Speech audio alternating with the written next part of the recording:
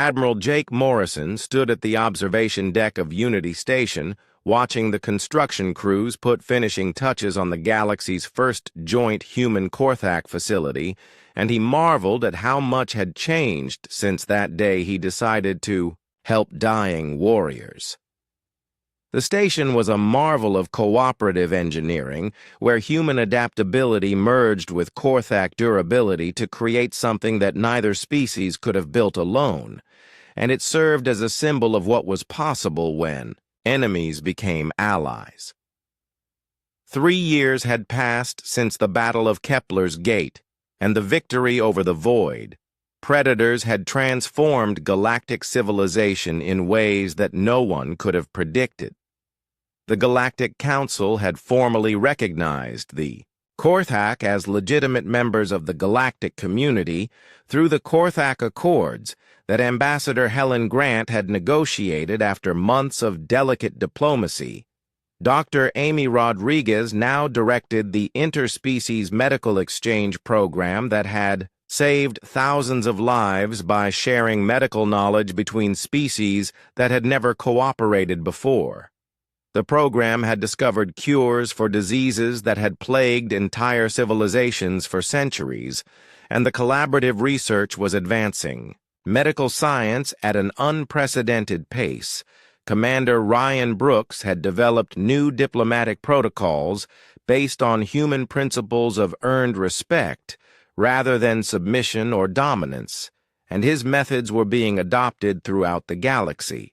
The success of human diplomacy had opened communication channels with species that had been isolated for generations because they were considered too dangerous or alien to approach. Captain Danny Kim had become the galaxy's leading expert on interspecies linguistics, and his translation protocols were enabling first contact with civilizations that had never been understood before. The Crystalline Confederacy had requested human assistance in communicating with the Silicon Collective and the Zephyrian Empire wanted help approaching the mysterious energy beings of the Void. Each successful contact proved that human adaptability and willingness to find common ground could bridge gaps that had seemed impossible to cross.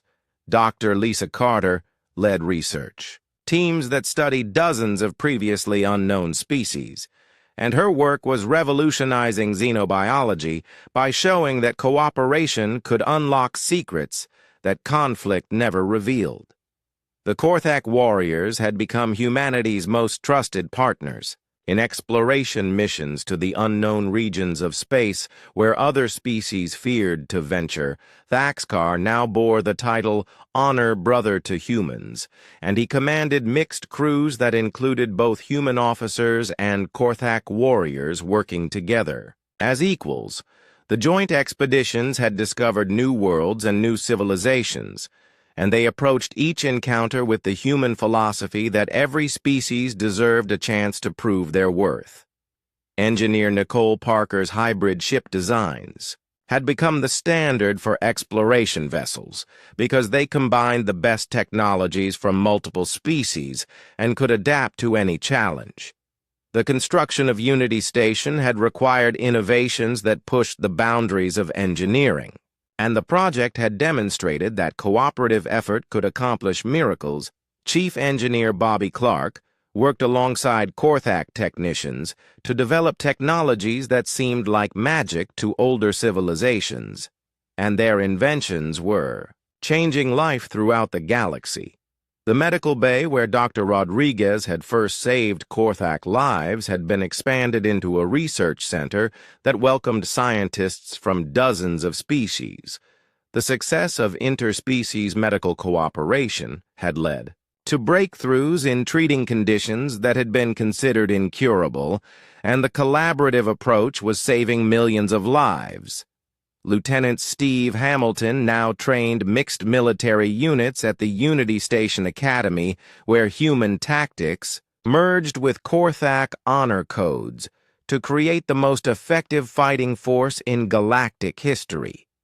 The Academy attracted officers from species across the galaxy who wanted to learn the secrets of human Korthak military cooperation, Colonel Katie Morrison, commanded the Unity Defense Force that protected the station and served as a rapid response unit for galactic emergencies. Her joint strike teams had become legendary for their ability to handle any crisis through coordinated action that combined the strengths of multiple species. The success of the Human-Korthak alliance had inspired other species to reconsider their assumptions about traditional enemies, and several new partnerships had formed across the galaxy. The Andromedan Alliance had begun working with the Tau Ceti Collective, and the Silicon Collective was collaborating with organic species. For the first time in their history, Dr. Patricia Murphy had established the Galactic Communication Institute that studied how different species could overcome linguistic and cultural barriers to achieve genuine understanding. Her research had revealed that most interspecies conflicts were based on misunderstandings rather than fundamental incompatibility, and that patient effort could bridge almost any gap. The Institute's work was enabling first contact with species that had been considered impossible to communicate with, and each success expanded the boundaries of galactic civilization. Ambassador Grant had become the galaxy's premier expert on interspecies diplomacy, and her methods were being taught to diplomatic corps throughout known space. The human approach to finding common ground and building trust through shared challenges was revolutionizing how species interacted with each other. Unity Station served as a meeting place where representatives from hundreds of worlds could work together on projects that benefited everyone. The collaborative research conducted at the station was solving problems that had plagued galactic civilization for millennia, and the cooperative spirit was spreading to every corner of known space. Admiral Martinez commanded the Galactic Defense Force that protected all member species from external threats, and his mixed fleets demonstrated the power of unity over division. The force included ships and crews from dozens of species working together under human leadership principles that emphasized mutual respect and shared sacrifice. The Void Predators had not returned since the Battle of Kepler's Gate, but when they did, the galaxy would be ready with cooperative defenses that could repel any threat. The hybrid weapons and tactics developed through Human-Korthak cooperation had been shared with all allied species, and the defensive capabilities of galactic civilization had increased exponentially. Admiral Jake Morrison's final log entry from Unity Station would be remembered as the moment when humanity's greatest gift to the galaxy was officially recognized. He wrote that, while other species had built civilization on hierarchies of fear and careful distance, humans had demonstrated that genuine alliance based on mutual respect could overcome any challenge. The Korthak had become proof that no species was too dangerous or alien to approach with open hands and brave hearts. Thaxkar's final message to the galaxy captured the transformation perfectly when he said that humans did not make allies, despite differences, but because they understood that true strength came from standing together. The joint Human-Korthak ships that departed Unity Station for the Galactic Edge carried crews ready to find the next impossible species that just needed someone willing to extend friendship backed by unshakable courage. The galaxy had learned that humanity's greatest weapon was not technology or tactics, but the simple belief that everyone deserved a chance to prove they could be better than their reputation suggested. As the ships disappeared into hyperspace, Admiral Morrison smiled, knowing that the age of isolation and fear was ending, and the era of cooperation and hope had begun. The legacy of that first desperate rescue mission in deep space had become a new paradigm for galactic civilization, where strength came from unity and courage meant reaching out to those who needed help. Humanity had proven that making allies with everything, even war species, was not just possible, but essential for the survival and growth of all civilizations in the vast darkness. Between the stars, Admiral Tony Martinez was reviewing fleet deployment reports when the emergency klaxons began screaming through the command center, and every screen in the room suddenly displayed the same terrifying message that made his blood run cold: the void. Predators had returned, and this time they weren't just probing the outer colonies, but were moving in a massive swarm that dwarfed anything the galaxy had seen in over 50 years. Lieutenant Commander Kate Phillips rushed to his side with tracking data that showed the swarm was heading directly for the Kepler system, where 3 million colonists lived on worlds that had no chance of defending themselves. Tony had fought void predators before, and he knew that these cosmic parasites could strip a planet bare in days, leaving nothing but empty rock floating in space, and no single species had ever successfully stopped a major swarm. The creatures were like living ships that fed on planetary energy, and they moved through space in coordinated attacks that overwhelmed any defense through sheer numbers and relentless hunger.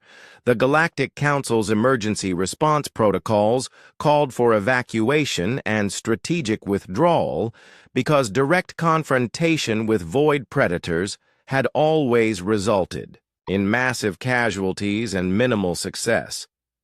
But Tony was looking at the projected timeline, and he knew there wasn't enough time to evacuate 3 million people, and watching them die wasn't an option. He could accept. The human defense fleet had 40 ships under his command, but military analysis showed that even twice that number wouldn't be enough to stop a swarm of this magnitude. Colonel Katie Morrison Jake's sister had served with Tony for 5 years, and she stepped forward with a suggestion that everyone else would have considered insane. She said, "Admiral, we have allies now, and maybe it's time to find out if the Korthak are as good at fighting as their reputation suggests." The idea of requesting Korthak military assistance sent shockwaves through the command center because no species had ever voluntarily fought alongside the warriors, and most would rather face the void predators alone. But Tony remembered the reports from his friend Jake about Korthak honor and courage, and he realized that this crisis might be exactly the test that the Human-Warrior Alliance needed. The quantum communication with Thaxkar took only minutes to establish, and the Korthak War Champion's response was immediate and decisive when he heard about the threat to human colonies. Thaxkar declared that any enemy of his human battle brothers was an enemy of the Korthak, and that his warriors would be honored to fight beside humans against the cosmic devourers. The Korthak war fleet that arrived at the rendezvous point was unlike anything human eyes had ever seen because their ships were massive and dark and covered in armor plating that seemed to absorb starlight. Thaxkar's flagship was called the Honor's Edge, and it bristled with weapons that human sensors couldn't fully analyze, but the energy readings suggested firepower that dwarfed anything in the human arsenal. The joint planning session brought together human tactical flexibility with Korthak battle experience, and the resulting strategy combined the best elements of both military traditions. Human ships were faster and more maneuverable, while Korthak vessels were heavily armored and designed to absorb massive damage while delivering devastating return. Fire engineer Nicole Parker worked frantically with Korthak technicians to develop hybrid weapon systems that could penetrate void predator defenses, and the collaborative effort produced innovations neither species could have achieved alone. Dr. Lisa Carter's xenobiological research had identified potential weak points in void predator anatomy, but it took Korthak combat experience to develop tactics that could exploit those vulnerabilities. The combined fleet moved toward Kepler system with 30 human ships and 20 Korthak vessels, but Tony knew that success would depend on coordination rather than raw firepower. The Void Predator swarm was detected at the edge of the system, and long-range scans showed thousands of the creatures moving in perfect formation, like a plague of living darkness. Admiral Martinez took command of the human forces, while Thaxakar led the Korthak warriors, and their coordination was enabled by translation protocols that Danny Kim had developed during the Liberty mission. The battle began when the swarm detected the approaching fleet, and the Void Predators moved to intercept with the single-minded hunger that had made them the terror of the galaxy. Human ships used hit-and-run tactics to draw individual predators away from the swarm, while Korthak vessels formed defensive lines that could absorb the creature's energy-draining attacks. The hybrid weapon systems proved devastatingly effective because they combined human targeting computers with Korthak energy projectors, and the results were beyond anything either species had achieved independently. Colonel Katie Morrison led joint strike teams that included both human Marines and Korthak warriors, and their coordinated assaults targeted the swarm's coordination, nodes that Dr. Carter had identified.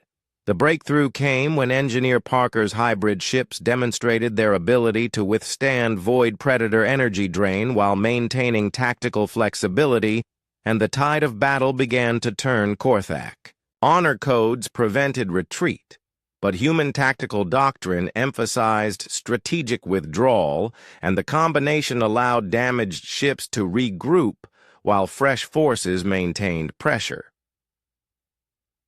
The Void Predators had never faced opponents who combined such different approaches to warfare, and their usual tactics became ineffective against the unpredictable human Korthak coordination. Thaxakar's warriors fought with legendary ferocity, but they were guided by human strategic planning that maximized their effectiveness while minimizing unnecessary casualties. Human creativity found solutions to problems that Korthak's strength alone couldn't overcome, while warrior determination provided the courage needed to implement dangerous tactical maneuvers. Battle raged for 6 hours across the Kepler system, as the combined fleet systematically dismantled the Void Predator swarm through coordinated attacks that neither species could have managed alone. Admiral Martinez watched in amazement as Korthak vessels absorbed incredible punishment while human ships danced around the battlefield, delivering precision strikes at exactly the right moments. The final assault saw human and Korthak forces working in perfect harmony as they eliminated the last of the cosmic devourers and saved 3 million colonists from certain death. The aftermath of the Battle of Kepler's Gate sent shockwaves through the galaxy because military experts had predicted that the swarm would devastate multiple star systems. Before being contained, instead the human Korthak alliance had achieved something unprecedented by completely destroying a major Void Predator incursion without losing a single ship or suffering any civilian casualties. The tactical recordings were studied by military academies across the galaxy, and the battle became a textbook example of how cooperation between different species could overcome impossible odds. Engineer Parker's hybrid ship designs were immediately classified as strategic. Resources and the collaborative technologies developed during the battle promised to revolutionize galactic defense capabilities. Dr. Carter's biological analysis combined with Korthak combat experience had finally unlocked the secret to defeating Void Predators, and the knowledge would protect countless worlds in the future. The victory proved that the human ability to form genuine alliances could transform galactic civilization, and even the Galactic Council was forced to acknowledge the success of the partnership. Thaxakar's warriors had fought alongside humans with honor and courage, and they had demonstrated that cooperation rather than conflict was the key to survival in a dangerous universe. Admiral Martinez submitted his battle report knowing that it would change everything, because the Human Korthak Alliance had proven itself in the ultimate test of combat against a common enemy. The galaxy would never again be able to dismiss the possibility of cooperation with species that had been written off as too dangerous or alien to approach. Colonel Katie Morrison's Joint Strike Teams became the model for future interspecies military cooperation, and her success opened the door to alliances that had previously been unthinkable. The Battle of Kepler's Gate marked the beginning of a new era in galactic relations where strength came from unity rather than isolation, and courage meant reaching out to unlikely allies. Ambassador Helen Grant stood before the Galactic Council feeling like she was facing a firing squad as hundreds of alien representatives stared down at her with expressions ranging from terror to outrage, and she knew that humanity's future hung in the balance. The news of human contact with the Korthak had spread through the galaxy like wildfire, and every species that had survived the warrior expansion 3 centuries ago was demanding answers, and most were calling for immediate sanctions against the human race. The Zephyrian Empire's representative was a tall, blue-skinned alien with 4 arms, and he spoke in a voice that hissed with anger as he accused humanity of reckless endangerment of galactic peace and violation of every established First Contact Protocol. The Crystalline Confederacy's ambassador was a being made of living crystal that reflected light in strange patterns, and when she spoke, her words chimed like bells. But her message was clear that humans had committed an act of unprecedented stupidity. Helen tried to explain that Captain Morrison had simply rescued dying beings and provided medical assistance, but the Council erupted in shouts and protests, because no species in galactic history had ever survived.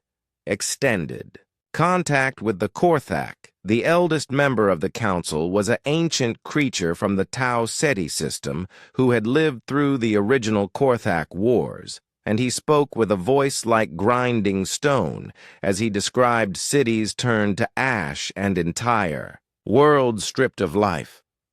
The historical records were clear and terrifying because the Korthak had expanded through 12 star systems before the combined fleets of 30 species had managed to contain them, and even then, the cost had been millions of lives and hundreds of destroyed worlds.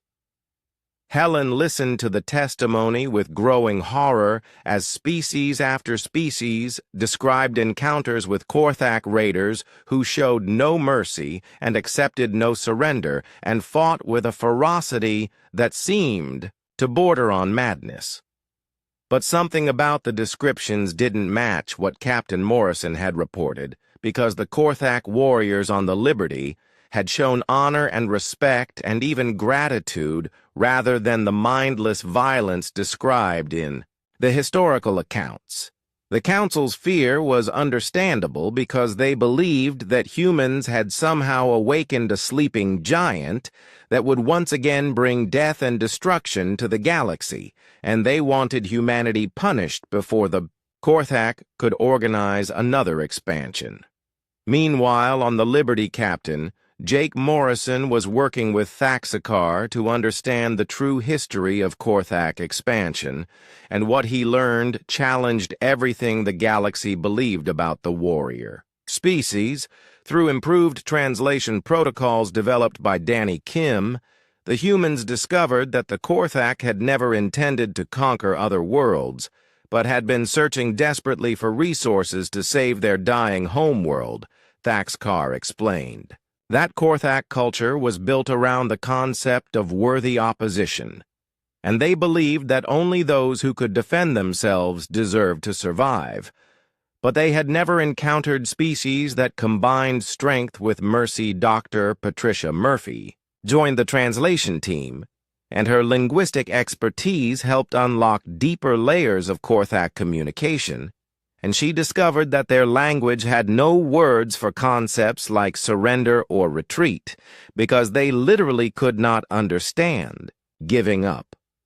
The warriors described their historical encounters with other species, and a disturbing pattern emerged because every first contact had begun with Korthak attempts at communication that were misinterpreted as threats or demands. Other species had responded to Korthak approaches with either immediate flight or immediate attack, and both responses had triggered Korthak cultural imperatives that forced them to either pursue the weak or defend against the aggressive.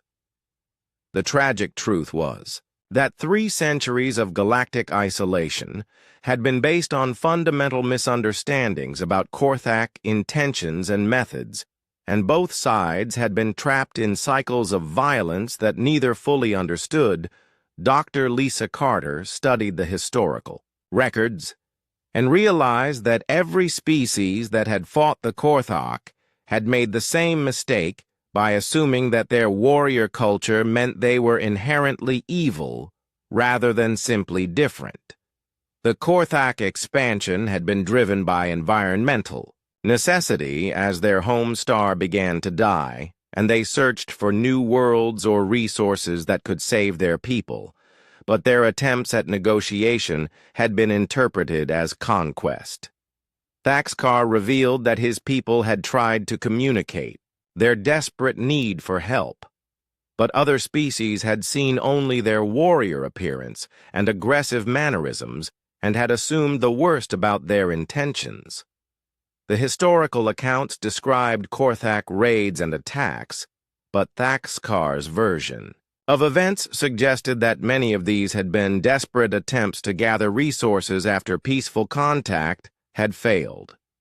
Chief Engineer Bobby Clark worked with Korthak technicians to study their advanced technology, and he discovered that their weapons and ships were designed for efficiency rather than cruelty, and their engineering showed remarkable sophistication. The Korthak had developed incredible defensive technologies because they expected to face overwhelming opposition, and their tactical doctrines emphasized honor and individual combat rather than mass destruction. Dr. Amy Rodriguez studied Korthak medical records and found evidence that the warrior species had actually tried to minimize casualties during their expansion, and had often provided medical aid to defeated enemies. The revelation that the galaxy's most feared species had been operating under codes of honor that other aliens had never recognized or understood changed everything. The humans thought they knew about galactic history. Meanwhile, the Galactic Council continued its emergency sessions, and the debate grew more heated as species after species demanded that humanity be expelled from galactic civilization for their reckless contact with the Korthak. The Andromedan Alliance threatened to withdraw from all human trade agreements, and the Vegan territories announced that human ships would no longer be welcome in their space, and the isolation was beginning to hurt. Ambassador Grant fought desperately to convince the Council that humans had discovered something important about the Korthak, but most representatives refused to listen because their fear was stronger than their curiosity. The breakthrough came when Captain Morrison transmitted detailed records of human Korthak cooperation, including video evidence of warriors and humans working together peacefully and effectively. The Council watched in stunned silence as the recordings showed Korthak warriors teaching human soldiers about honor, while learning about mercy, and the images challenged 3 centuries of assumptions about the warrior species. Dr. Carter presented her analysis of Korthak culture and biology, and she argued that the species was not inherently violent, but had been trapped in a cycle of misunderstanding that had led to unnecessary conflict. The most shocking revelation came when Thaxcar agreed to address the Galactic Council directly through quantum communication, and his words would either save the human alliance or doom it forever.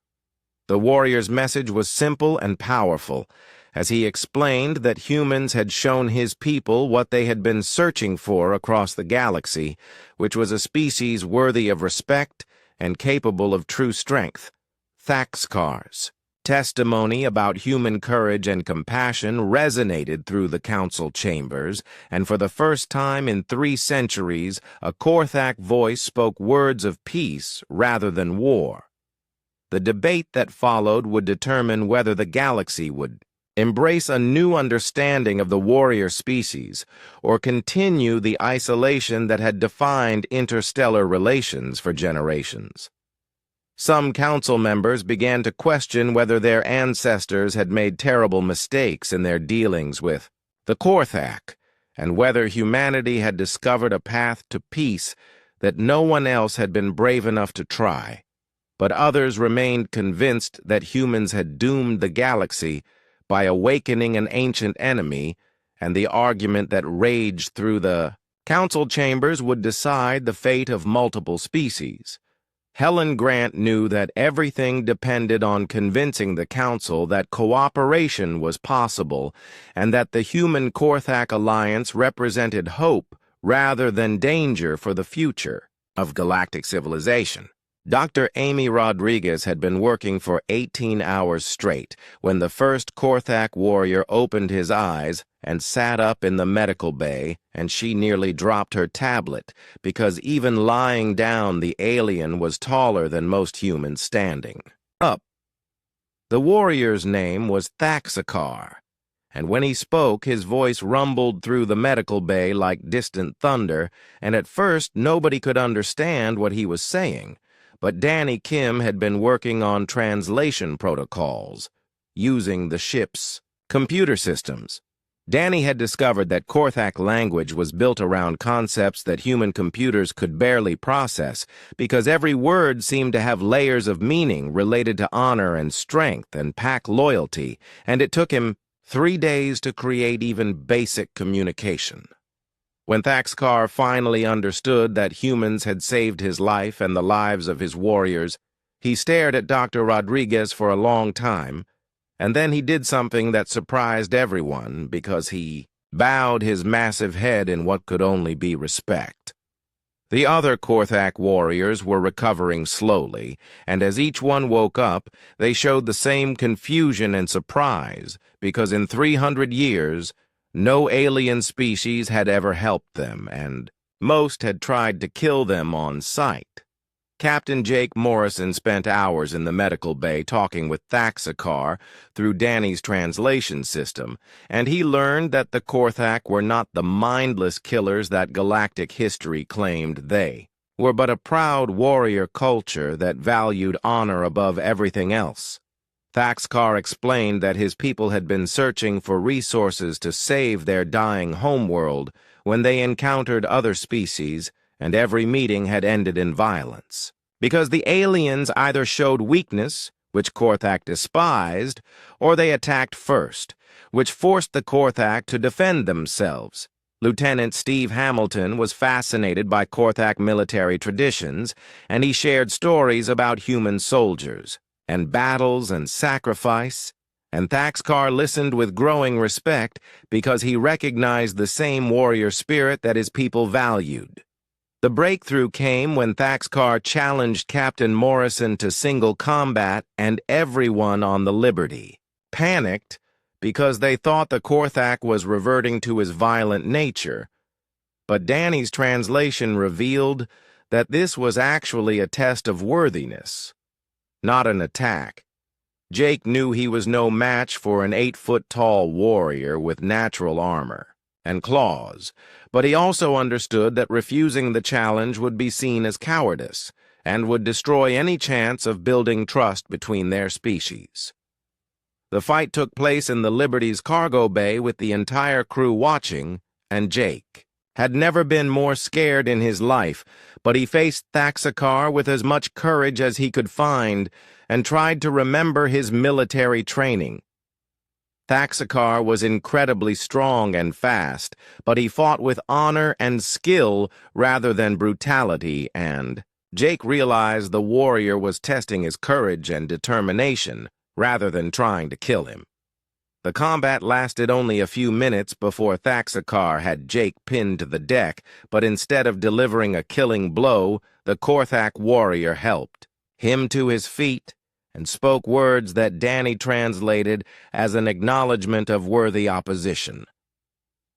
Thaxakar announced to his recovering warriors that humans were the first species they had encountered who combined strength with mercy and courage, with compassion, and therefore deserved recognition as true warriors and potential allies. Dr. Rodriguez had successfully created a treatment that saved all 12 Korthak warriors by modifying human antibodies to work with alien biology and her. Success proved that cooperation between species could accomplish things that neither could achieve alone. The Korthak warriors were amazed by human technology that emphasized adaptation and flexibility rather than brute force and chief engineer. Bobby Clark found himself working alongside alien technicians who taught him about advanced metallurgy and energy weapons. The aliens were equally impressed by human engineering principles that could solve problems through creativity rather than overwhelming power, and they began to understand why humans had succeeded where other species had failed. Dr. Lisa Carter spent days studying Korthak biology and culture, and she discovered that their aggressive reputation came from fundamental misunderstandings about their social structure and values rather than inherent violence. The Korthak respected strength, but they defined strength as the willingness to face danger for others rather than the ability to destroy enemies, and humans had demonstrated exactly the kind of courage they valued most. Thaxakar explained that his people had spent 3 centuries in isolation, wondering why they were so hated when all they wanted was to find allies worthy of fighting beside them against the dangers of the universe. The warriors were fascinated by human stories of cooperation and teamwork because Korthak culture emphasized individual honor, but they had never seen how different approaches to strength could complement each other. Dr. Rodriguez discovered that the plague affecting the Korthak had been engineered by another species as a biological weapon, but Korthak pride had prevented them from asking for help even as they died. The revelation that someone had tried to commit genocide against the Korthak made the human crew angry, and Jake realized that his people and the warriors shared a common hatred of those who preyed on the innocent. Lieutenant Hamilton organized training sessions where humans and Korthak could learn from each other, and the results were remarkable because human tactics combined with Korthak strength created combat techniques that neither species had imagined. The Korthak warriors taught humans about honor codes and personal combat while learning about human concepts like mercy and proportional response, and the exchange enriched both cultures. Danny Kim worked tirelessly to improve translation protocols, and he discovered that Korthak had dozens of words for different types of courage, but no word for cowardice, because they literally could not conceive of abandoning someone who needed help. Dr. Carter realized that the Korthak expansion 3 centuries ago had been motivated by desperation rather than conquest, because their homeworld was dying, and they were searching for resources and allies to save their people. The warriors had never learned diplomacy because every species they encountered had either run away or attacked them, and they had begun to believe that they were destined to fight alone against the darkness. Thaxkar told Jake that humans were the first aliens to demonstrate what Korthak called pack strength, which meant the willingness to risk everything for others, even when those others were strangers. The concept resonated with human values about protecting the innocent and standing up for what was right regardless of personal cost. And Jake realized that both species shared fundamental beliefs about duty and sacrifice. As the days passed, the Liberty became a unique laboratory for interspecies cooperation, and the crew watched in amazement as humans and Korthak learned to work together, despite their vastly different backgrounds. The warriors were particularly impressed by Dr. Rodriguez's dedication to saving their lives, even though she had no obligation to help them, and they began to understand that human strength came from compassion rather than violence. Bobby Clark and the Korthak engineers developed hybrid technologies that combined human adaptability with alien durability, and their innovations promised to revolutionize space travel for both species. The success of the unlikely partnership proved that cooperation could overcome any obstacle, and Jake began to believe that his decision to help the dying warriors might change the course of galactic history. When Thaxkar formally declared humans to be worthy allies and brothers in battle, the other warriors roared their approval, and Jake knew that something unprecedented had been born in the cold darkness between the stars. Captain Jake Morrison stood on the bridge of the UFS Liberty, watching the stars drift past the main screen, when his communications officer, Danny Kim, suddenly turned around with wide eyes and said, "Sir, we have a problem out here."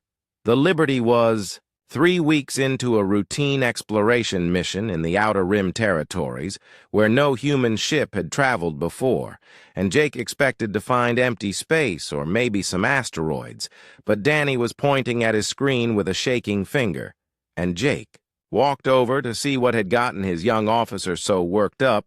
On the scanner was a ship, but not just any ship, because this vessel was massive and dark and covered in strange metal that seemed to absorb light instead of reflecting it. And Jake had never seen anything like it in his 20 years of space travel. Dr. Lisa Carter, the ship's xenobiologist, came running onto the bridge with her tablet in hand, and she was breathing hard like she had sprinted from the science lab. And when she saw the screen, she stopped dead in her tracks and whispered, "Oh my God, that's a Korthak ship." Everyone on the bridge went quiet because every human in space knew about the Korthak, even though no human had ever seen one alive, and the stories said they were 8 feet tall with armor like skin and claws that could cut through steel, and they had been locked away in their home system for 300 years, because they destroyed everything they touched. Commander Ryan Brooks, the ship's diplomat, stepped forward and said, "Captain, we need to leave right now because the Galactic Council has strict orders about Korthak contact, and any species that encounters them either dies or runs away, and there has never been a third option." But Jake was looking at the massive ship, and something was wrong because it was drifting without power, and there were no lights or engine glow, and it looked like a dead whale floating in the cosmic ocean. And he said, "Danny, scan that ship for life signs, Danny's." Fingers flew over his controls, and after a few minutes he looked up with confusion and said, "Captain, there are life signs, but they're weak and fading fast, and the ship has massive hull damage and no power to life support systems."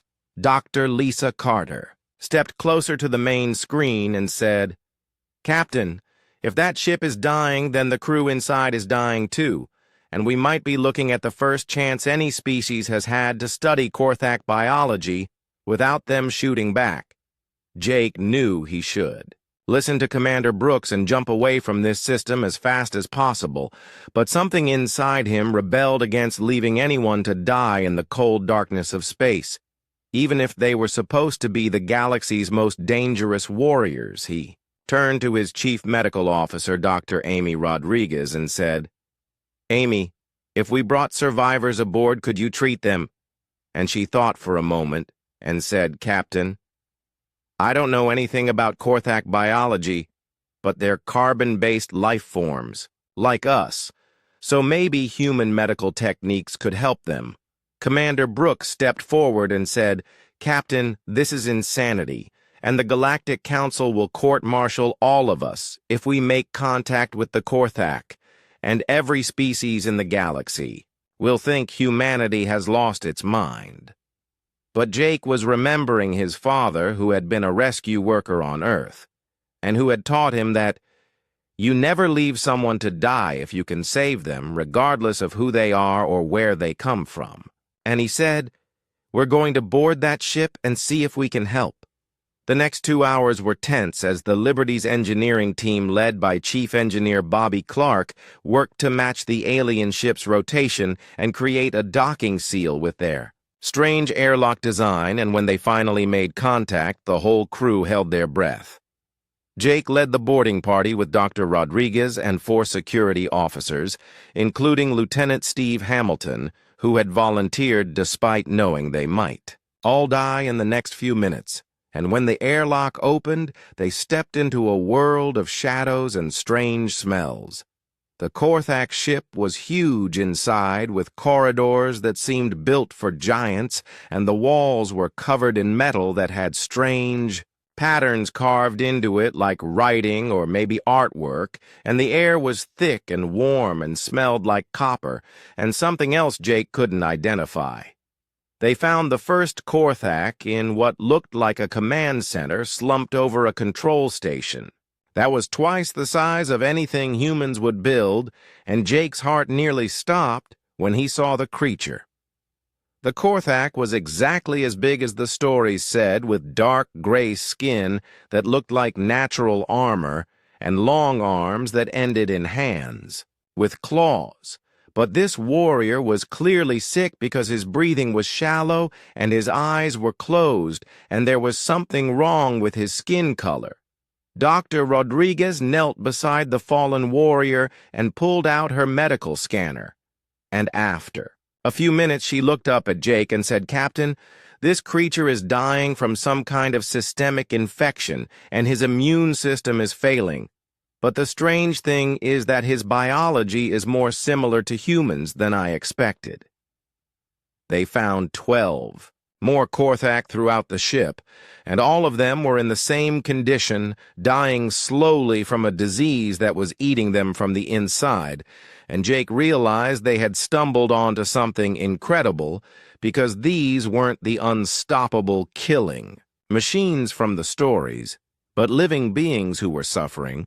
Lieutenant Hamilton was standing guard near the entrance when one of the Korthak warriors suddenly opened his eyes and saw the humans in his ship, and Jake expected the creature to attack. But instead the warrior just stared at them with what looked like confusion, and maybe hoped Dr. Rodriguez was working frantically with her medical equipment, trying to understand Korthak biology. And she said, "Captain, their immune systems are completely different from ours, but they have the same basic cellular structure, and I think human antibodies might be able to help them fight this infection." The conscious Korthak warrior was trying to speak, and his voice was deep and rough, like grinding stone. And even though Jake couldn't understand the words, he could hear something in the tone that sounded like a question, or maybe a plea for help. Jake made a decision that would change everything, and he activated his communicator and called the Liberty and said, "Amy, prepare the medical bay for alien patients, because we're bringing them home." Commander Brooks protested over the radio, saying, "Captain, this violates every first contact protocol, and if these Korthak recover, they might kill us all, and the Galactic Council will never forgive us." But Jake was looking at the dying warriors around him and thinking about his father's lessons about doing what's right even when it's dangerous, and he said, "Ryan, sometimes you have to choose between following orders and following your conscience, and today I choose conscience." The rescue operation took 6 hours, as the Liberty's crew worked to carefully transport the dying Korthak warriors to their medical bay, and Dr. Rodriguez set up isolation units while she tried to develop treatments for alien biology she had never seen before. As the last Korthak was brought aboard, Jake stood on his bridge watching the massive alien ship drift away into the darkness, and he knew he had just made a choice that would either save lives or doom his entire crew.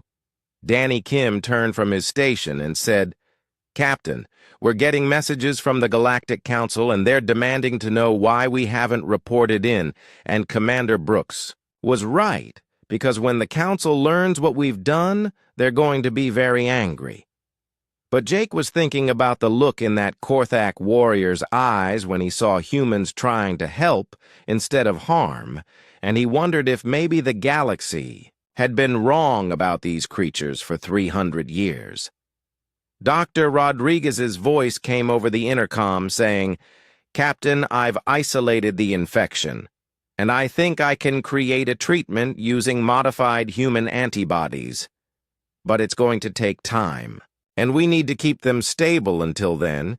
Jake nodded and said, "Do whatever it takes, Amy, because if we can save them, maybe we'll learn that the most dangerous species in the galaxy just needed someone to give them a chance."